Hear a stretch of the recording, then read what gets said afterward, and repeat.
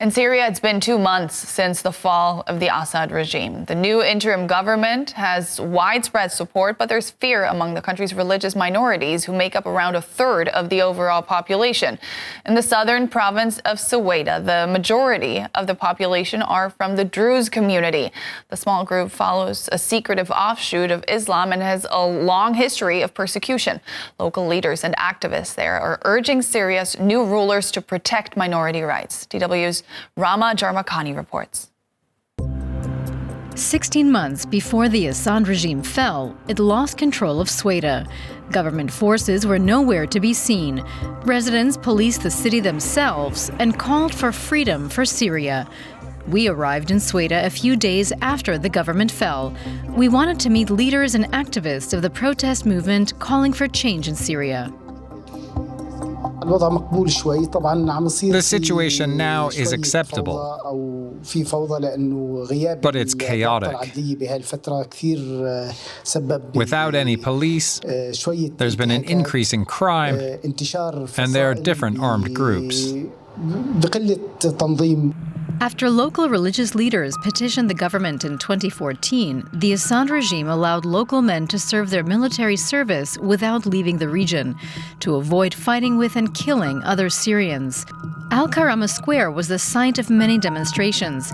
People still gather here, but now their demands are different. I study medicine, and I'm afraid that I could be forced to only treat women.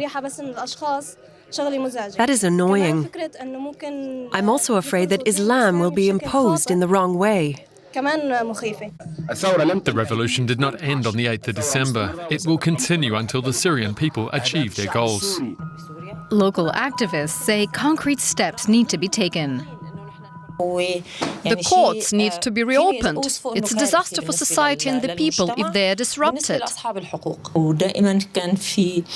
There is always encouragement from the religious authorities. But we work on the basis of civil society, not a religious one.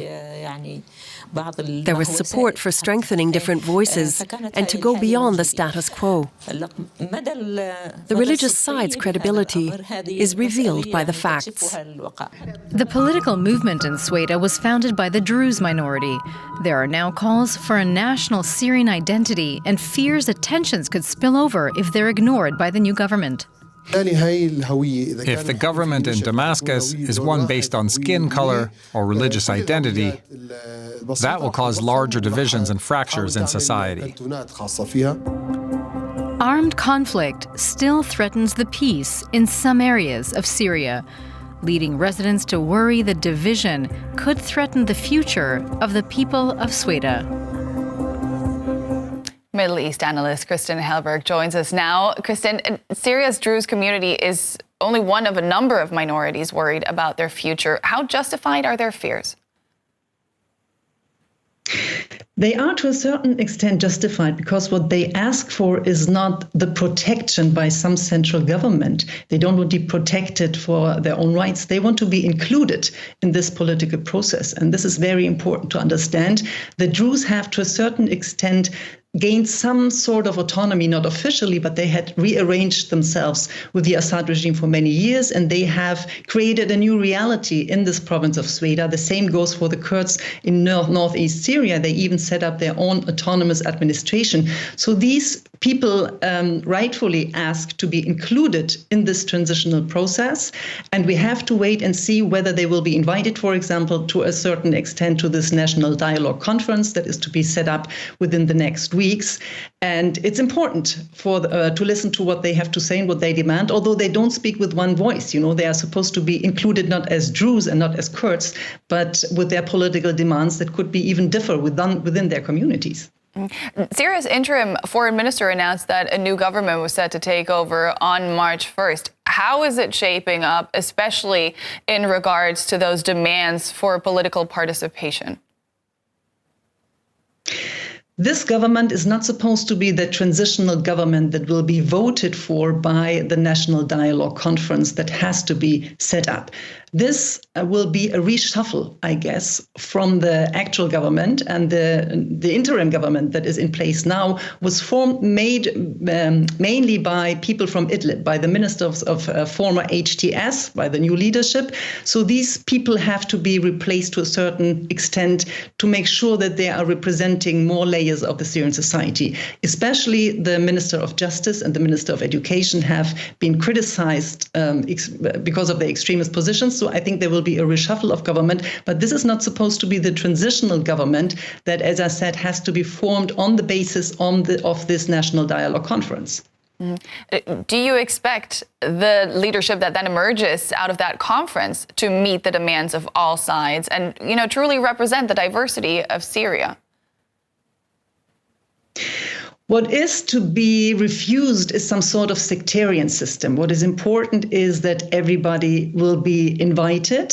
The committee that was set up, that consists of 7 persons, 5 men and 2 women, already said that they are now traveling to the different provinces, that everybody from clerics to poets to civil society activists, everybody's supposed to be included. Women should not be included because they are women, but because of their professionality. So these signs are kind of hopeful, but we don't have a date yet for that National Dialogue Conference. And it is to be seen whether everybody will have a say. The Kurds just declared that they agree to resolve themselves and to be part of a national army, which was very important, the Syrian Democratic Forces. The same goes for the Druze. So they are demanding that, yes, they are ready to integrate in a national state, in a national army, but keeping somehow their autonomous structures that they have built up. And it is to be seen whether this will be respected within the National Dialogue Conference and then in the transitional government that is to be built. What would happen if that were not to be respected? The crucial point is how authoritarian and how centralized the new government will be, because what these people ask for is a decentralized organization of the Syrian state.